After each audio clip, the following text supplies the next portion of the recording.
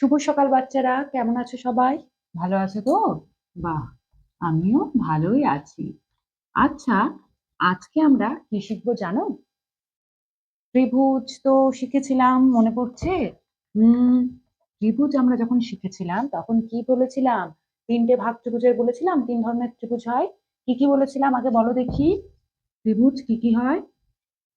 হুম, সমবাহু, তারপর সমদ্বিবাহু, হুম, আর বিষমবাহু।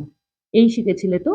ত্রিভুজের ভাগ আমরা ৩ টে শিখেছিলাম। আচ্ছা, এই যে ভাগগুলো, এটাকে কি বলে জানো তো? বাহু ভেদে ত্রিভুজের প্রকার। ঠিক আছে? তাহলে ত্রিভুজ কিন্তু ২ ধরনের হয়। একটা হচ্ছে বাহু ভেদে, যার এই ৩ টে ভাগ। ঠিক আছে? আর হয় কি? কোণ ভেদে। কোণ ভেদে। সেটা কি কি দেখো? সেটা হচ্ছে একটা সূক্ষ্মকোণী, একটা হচ্ছে স্থূলকোণী, একটা হচ্ছে সমকোণী। ঠিক আছে? কোণ ভেদে হচ্ছে ৩ ভাগ। আগের দিন আমরা বাহু ভেদে যে ভাগগুলো সেগুলো কিন্তু শিখে নিয়েছি। তাই তো? আজকে আমরা কি শিখবো জানো তো? আজকে আমরা কোণ ভেদের ত্রিভুজের যে ভাগগুলো সেগুলো শিখবো। তোমরা সবাই চাঁদার ব্যবহার তো জানো? চাঁদা দিয়ে কোণ আঁকতে শিখিয়েছিলাম না আগে?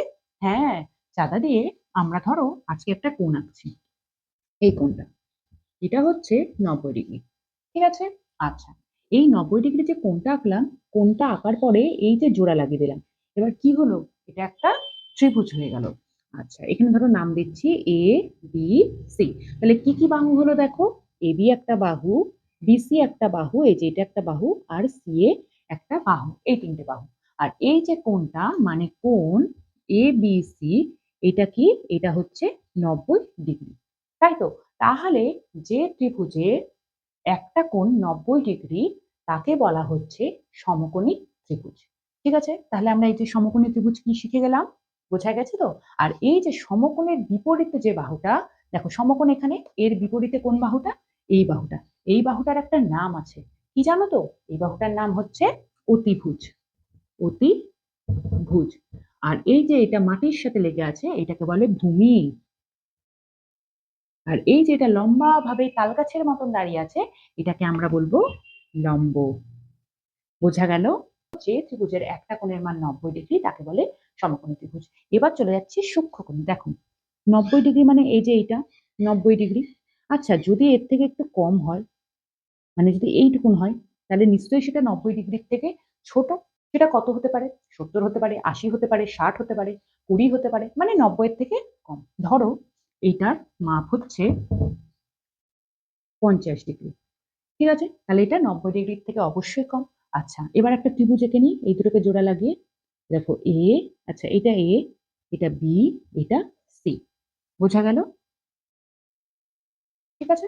এবার দেখো এই এ বি সি এর মান, এ বি সি এটার মান হচ্ছে ৫০ ডিগ্রি। ৫০ ডিগ্রি মানে এটাকে বলে সূক্ষ্ম কোণ। যে কোণটা ৯০ ডিগ্রির থেকে কম তাকে বলছে সূক্ষ্ম কোণ। ঠিক আছে? তাহলে এই সূক্ষ্মকোণের মাধ্যমে যে ত্রিভুজটা গঠন হচ্ছে সেটাকে কি বলবো?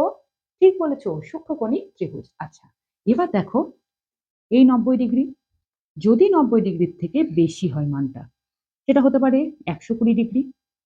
ঠিক আছে? তাহলে এই দুটোকে যদি আমি জোড়া লাগাই, তাহলে এই যে ত্রিভুজটা পাবো এটার মান কত বললাম? ১২০, ৯০ এর থেকে বেশি। এখানে নাম দিলাম এ, বি, সি। এখানে কোণটা দেখো এ, বি, সি এর মান হচ্ছে ১২০ ডিগ্রি। তাহলে এই কোণটার কি নাম? স্থূলকোণ। বাহ! এটার নাম স্থূলকোণ। কোন ত্রিভুজের একটা কোণের মান যদি ৯০ ডিগ্রির থেকে বেশি হয় তাহলে যে ত্রিভুজটা গঠন হবে তাকে বলা হচ্ছে স্থূলকোণী ত্রিভুজ। বোঝা গেল? খুবই সহজ জিনিস।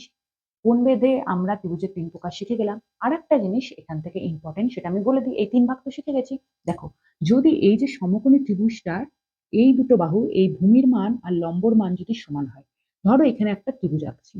ঠিক আছে? ৯০ ডিগ্রি সমকোণ। এবার একটা ত্রিভুজ আঁকছি এ, বি, সি। যদি এই এবি এর মান আর বিসি এর মান যদি সমান হয়, তাহলে দেখো এই দুটো বাহু সমান হয়ে যাচ্ছে। তাহলে এটা সমকোণও কিন্তু থাকছে। এই ত্রিভুজটার একটা কিন্তু আলাদা নাম আছে। মানে এইটারই একটা ভাগ একটা। এটাই একটা ভাগ। এটা কিন্তু আলাদা কোনো ভাগ না, এরই একটা প্রকার বলতে পারি আমরা। সেটা কি? দেখো, সেটা হচ্ছে সমকোণী সমদ্বিবাহু, দুটো বাহু সমান আবার কোন সমকোণ, এই সমকোণী সমদ্বিবাহু ত্রিভুজ।